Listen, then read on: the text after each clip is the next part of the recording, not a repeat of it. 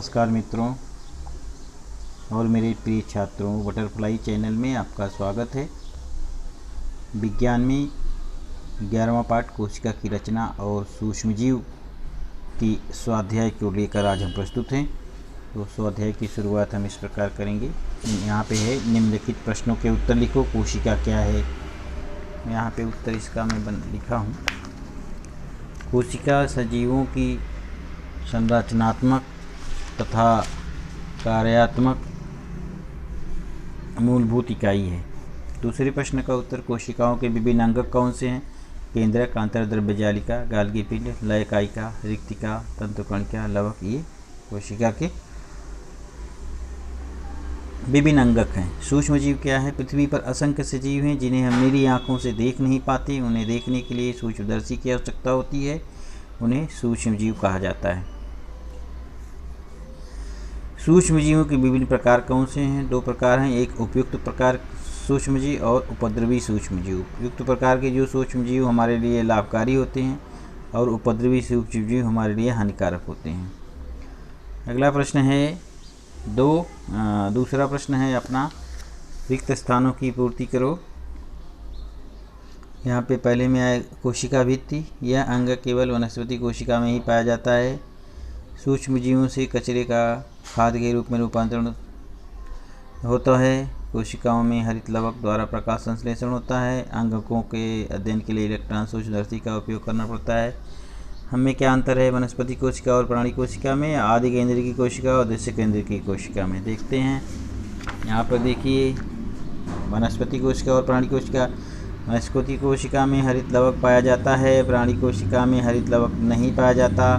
वनस्पति कोशिका में एक बड़े आकार की रिक्तिका होती है और प्राणी कोशिका में रिक्तिका आकार में छोटी होती है। दूसरा, आदि केंद्र की कोशिका और दृश्य केंद्र की कोशिका। इसका है, दृश्य केंद्र की कोशिका में पाए जाने वाले घटक कोशिका पटल से कोशिका अंगक दिखाई नहीं देते।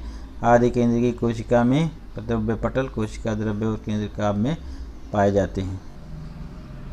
चौथा प्रश्न है, वनस्पति कोशिका और प्राणी कोशिका की आकृति बनाकर उसका वर्णन अपने शब्दों में लिखो। तो इस प्रकार से ये जो चित्र हैं इन्हें बनाओ और उनका नामांकन करो। ये दोनों कोशिकाएं बनाकर, ये वह है वनस्पति कोशिका और ये है प्राणी कोशिका। उनके जो विभिन्न अंग दिखाए गए हैं उनको अपने चित्र में दर्शाओ। अगला प्रश्न है, सूक्ष्मजीवों की उपयोगिता और हानिकारकता स्पष्ट करो। अभी हम देखते हैं उपद्रवी सूक्ष्मजीव दो प्रकार के हमने बताए थे, एक उपद्रवी सूक्ष्मजीव और उपयुक्त सूक्ष्मजीव। तो जो उसकी उपयोगिता है, जैसे सूजी, इडली, भटूरे, नान बनाते समय उसमें दही मिला देते हैं तो उससे क्या होता है, उसका प्रकीर्णन होता है। दही, इडली, डोसा जैसे पदार्थ को उसको भिगा कर रखा जाता है तो उसका प्रकीर्णन होता है। तो उसमें सूक्ष्मजीव अपना कार्य उसमें करते हैं प्रकीर्णन के द्वारा।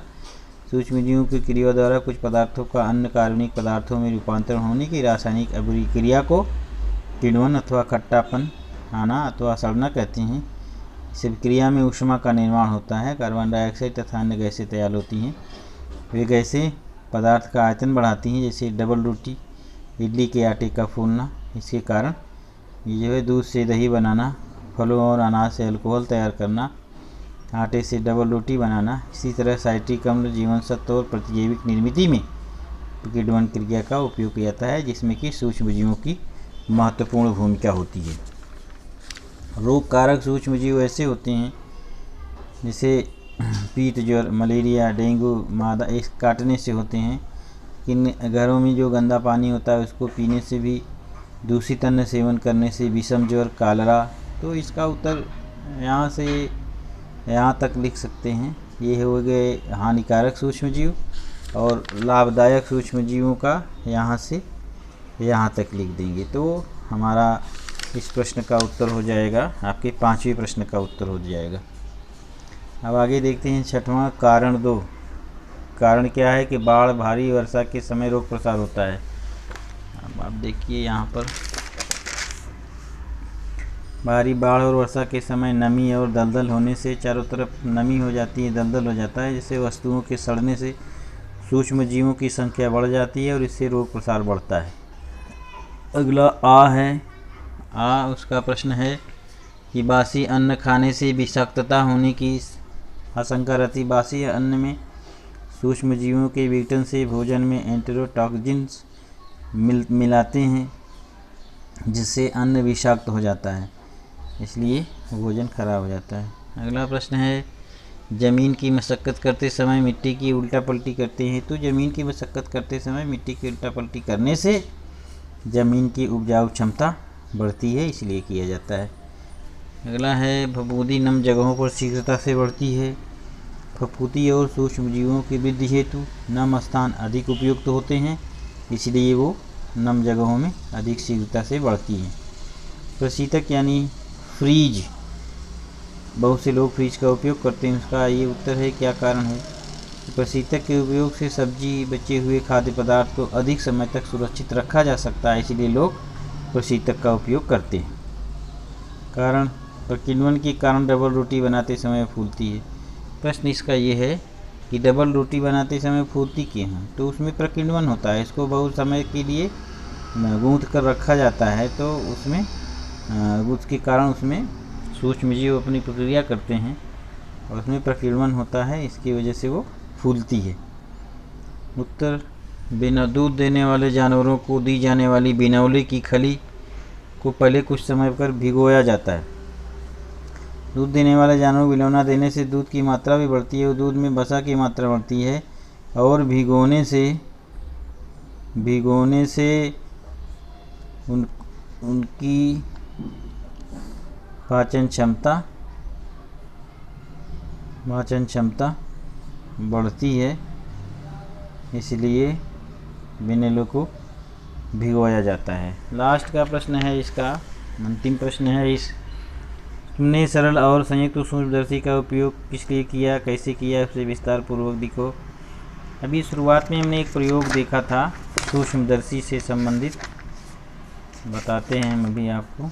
ये देखिए, यहाँ एक सूक्ष्मदर्शी का चित्र देख रहे हो, ये संयुक्त सूक्ष्मदर्शी है। इसमें बहुत माइक्रोमीटर, नैनोमीटर इत्यादि जो छोटे सूक्ष्म जीव होते हैं उनके बारे में भी अध्ययन किया जा सकता है। तो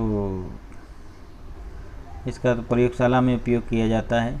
शिक्षक के मार्गदर्शन में छात्र इस सूक्ष्मदर्शी का उपयोग करेंगे। इस प्रकार से हमारा इस पाठ का स्वाध्याय का जो भाग है वो समाप्त होता है। धन्यवाद।